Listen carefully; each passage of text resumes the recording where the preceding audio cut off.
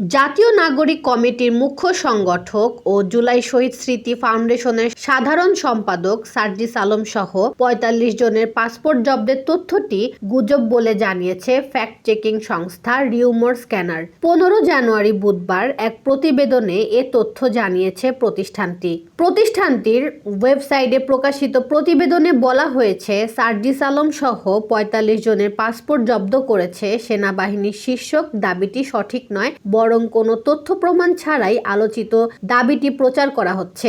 এছাড়া সেনাবাহিনীর পক্ষ থেকে দাবিটি মিথ্যা বলে নিশ্চিত করা হয়েছে। অনুসন্ধানের শুরুতে প্রাসঙ্গিক কিওয়ার্ড সার্চ করে বিবিসি নিউজ 2470 নামক একটি ব্লগ ওয়েবসাইটে গত ১২ জানুয়ারি ব্রেকিং নিউজ সার্জিস আলম সহ ৪৫ জনের পাসপোর্ট জব্দ করেছে সেনাবাহিনী শীর্ষক শিরোনামে প্রকাশিত একটি প্রতিবেদন পাওয়া যায়। রিউমার স্ক্যানার জানায়, ওই প্রতিবেদনে দাবি করা হয়, গত ১২ জানুয়ারি রাতে সেনাবাহিনী একটি গোপন অভিযানে সার্জিস আলম সহ ৪৫ জন ব্যক্তির পাসপোর্ট জব্দ করেছে সেনাবাহিনী। সার্জিস আলম সহ আরও ৪৪ জনকে আটক করে। এ সময় তাদের কাছ থেকে পাসপোর্ট ও ভ্রমণের অন্যান্য নথি জব্দ করা হয়। ধারণা করা হচ্ছে তারা অবৈধ উপায়ে ইউরোপে যাওয়ার পরিকল্পনা করছিল।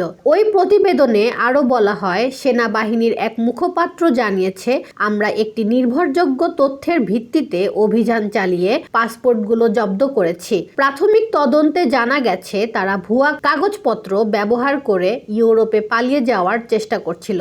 রিউমার স্ক্যানার জানায়, তবে মূলধারার জাতীয় বা আন্তর্জাতিক কোনো গণমাধ্যমে এ সংক্রান্ত কোনো তথ্য পাওয়া যায়নি। এছাড়া সার্জিস আলম কিংবা অন্য কোনো ব্যক্তি কর্তৃক সেনাবাহিনীর বিরুদ্ধে এমন কোনো অভিযোগের তথ্য পাওয়া যায়নি। এরপর বিষয়টি অধিকতর যাচাইয়ের জন্য আন্তঃবাহিনী জনসংযোগ পরিদপ্তরে যোগাযোগ করে রিউমার স্ক্যানার টিম। আইএসপিআর জানায়, এটি একটি মিথ্যা সংবাদ।